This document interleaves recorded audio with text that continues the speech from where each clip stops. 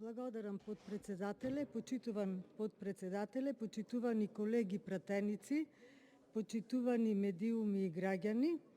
Колешката кажа дека законот и тие се придржувале според прописите на Евростат и Обединетите нации. Сега ќе направам една паралела во законот.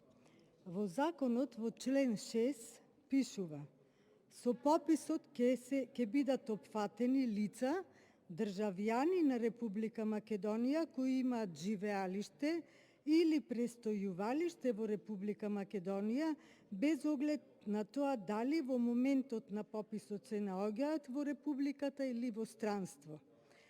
А според Конференцијата на европските статистичари, Обединетите нации, Евростат, пописот треба да ги опфати жителите на соодветната држава според вообичаеното место на живење. Примената на овој принцип е важна и во меѓународен и во национален контекст. Со ова се избегнува едно исто лице да биде попишано во две или повеќе држави. Исто така, како привремено отсутни лица, според препораките на Конференцијата на европските статистичари, ги дефинираат лицата кои се отсутни или се очекува да бидат отсутни од нивното вообичаено место на живење во време на спроведувањето на пописот, при што нивното отсуство е во времетраење пократко од 1 година.